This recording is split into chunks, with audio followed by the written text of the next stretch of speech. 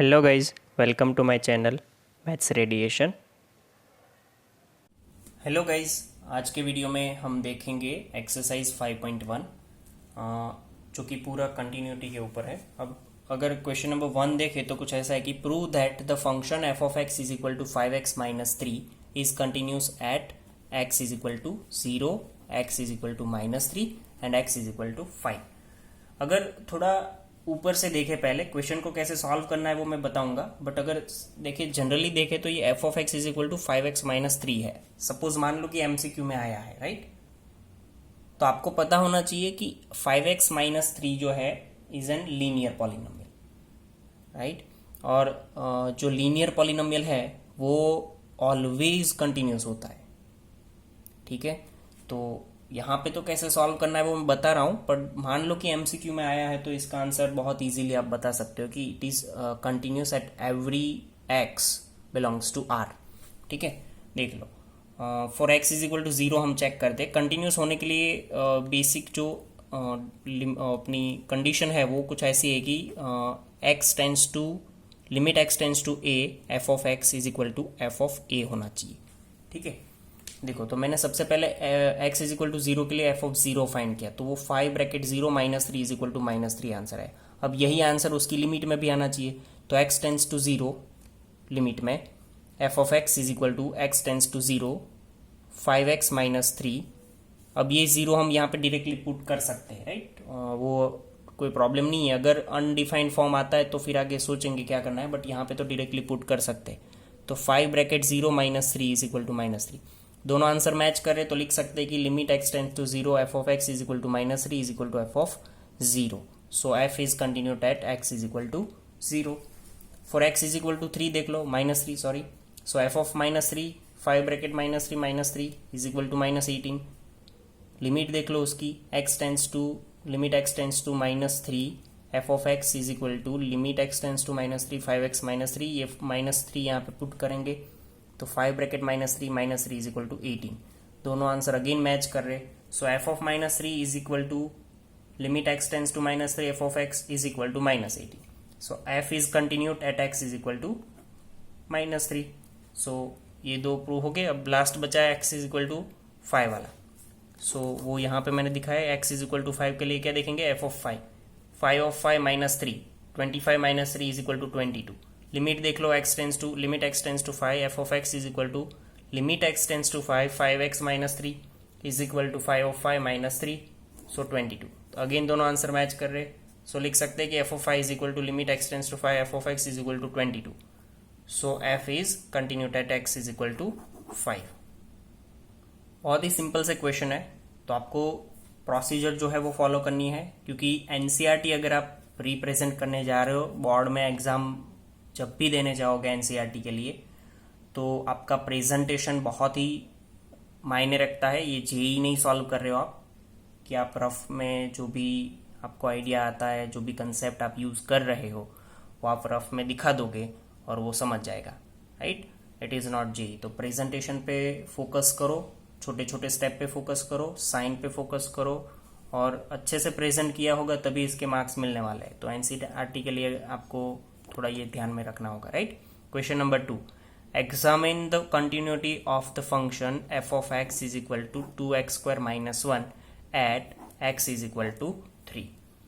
F of x is equal to 2x² -1, ये function है हमारा गिवन, हमें x इज इक्वल टू 3 पे देखना है। अगेन मैंने बताया वैसे ही कि अगर ये आपके सामने एमसीक्यू में आता तो पॉलिनोमियल है, ऑलवेज क्या होगा, कंटिन्यूस होगा, ठीक है?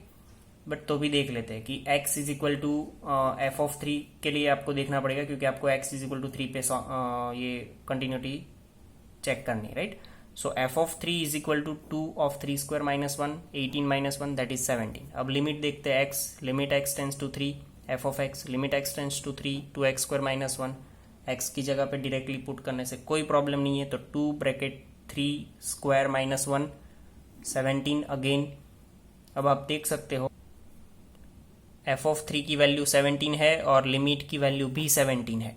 So F is continued at x is equal to 3। Question number 3 देखो, examine the following for the continuity. आपको कंटिन्यूटी चेक करनी है।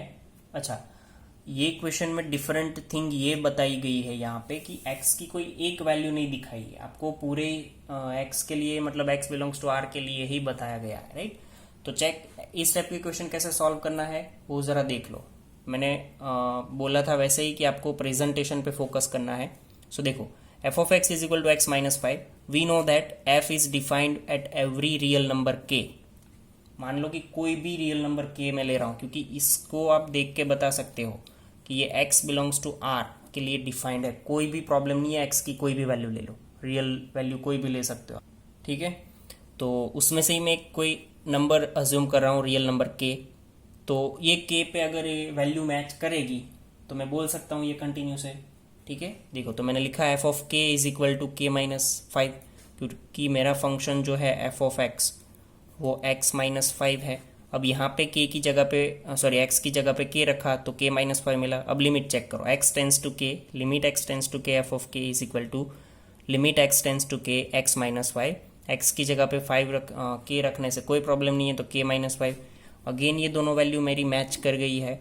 So f of k is equal to k minus 5 is equal to x tends to k f of x, ठीक है। ये दोनों match कर गए हैं तो हम बोल सकते हैं कि f is continuous function at every real number. कोई भी रियल नंबर ले लो, ये कंटिन्यूस है।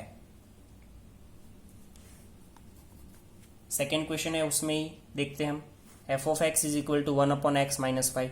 अब ये आपको देख के ही पता चल जाएगा कि ये फंक्शन जो है वो x इज इक्वल टू 5 पे नॉट डिफाइंड है, क्योंकि x इज इक्वल टू 5 आप जैसे ही रखोगे तो ये हो जाएगा 1/0 और वो नॉट डिफाइंड है, हम जानते हैं, ठीक है। बट उसने बोल ही दिया है कि आपको x इज इक्वल टू 5 नहीं लेना है, और वो टाइम पे आपको क्या करना है, कंटिन्यूटी चेक करनी है। मतलब कि 5 को छोड़ के कोई भी नंबर पे आपको इसकी कंटिन्यूटी चेक करनी है। ओके, सो स्टार्ट करते हैं। We know that f is defined at every real number k is not equal to 5। मतलब k is not equal to 5, अगर आप वैल्यू ये ले रहे हो कि 5 को छोड़ के k की वैल्यू ले रहे हो, तो वैसे हर एक k के लिए ये फंक्शन डिफाइंड है, ठीक है। याद रखिएगा, हमने k की वैल्यू ये ली है कि k belongs to r minus 5, ठीक है। Okay, so x, limit x tends to k f of x की वैल्यू, सॉरी पहले ये देख लेते हैं, f of k is equal to 1 upon k minus 5। अब यहाँ पे देखो, limit x tends to k f of x is equal to limit x tends to k 1 upon x minus 5 is equal to 1 upon k minus 5। और यहाँ पे हमने लिख दिया है k is not equal to 5, जो कि हमने पहले से ही k एज्यूम किया है, क्योंकि उसने पहले से बोला है कि आपको 5 नहीं लेना है, ठीक है। ओके, तो दोनों वैल्यू देख लो, आप मैच कर रही है यहाँ पे। ओके, अब आपको जो चीज़ नोटिस करनी है वो ये दो सेंटेंस है। यहाँ पे जो सेंटेंस में मैंने लिखा है वो, और यहाँ पे लास्ट में लिखा है वो। सो f is continued eight every point in the domain of f। देखो, ये ध्यान से देखो, ये डोमेन ऑफ f लिखा है, और यहाँ पे लिखा है कि एट एवरी रियल नंबर, क्योंकि यहाँ पे मेरा x बिलोंग्स टू r था, या तो मैं ऐसे बोल सकता हूँ कि k बिलोंग्स टू r था। जो नंबर लिया था वो रियल नंबर था, ये रहा, देखो ये, ठीक है। बट यहाँ पे मैंने क्या लिया है कि the domain of f।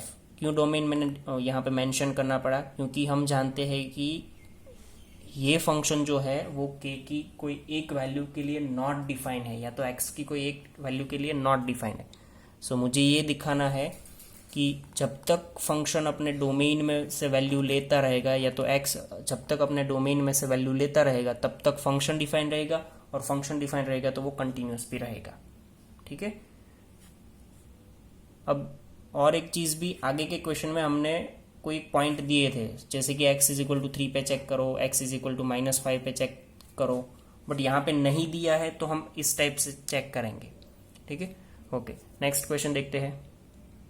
C, third question है इसमें ही कि f of x is equal to x square minus 25 upon x plus 5, और यहाँ पे स्ट्रिक्टली बोला है कि x is not equal to minus 5, क्योंकि माइनस 5 पे ये नॉट डिफाइन है। For any real number k is not equal to minus 5, function is defined. अगर k की वैल्यू आप माइनस 5 नहीं ले रहे हो तो ये फंक्शन डिफाइन ही रहेगा ऑलवेज, ठीक है। तो वैसे हर एक k के लिए मैं देखता हूँ, तो f ऑफ k की वैल्यू फाइंड करे तो k square minus 25 upon k plus 5, factorise करेंगे इसको, k plus 5 k minus 5 upon k plus 5 k plus 5 k plus 5 cancel, so मेरे पास बचेगा k माइनस 5। और नेक्स्ट देखो x limit x tends to k f of x is equal to limit x tends to k x square minus 25 upon x plus 5. Again factorise x plus 5 x minus 5 x plus 5 वाला cancel. So limit x tends to k x minus 5 is equal to k की value रखने से मुझे मिला k minus 5 और यहाँ पे भी k माइनस 5 मिला था.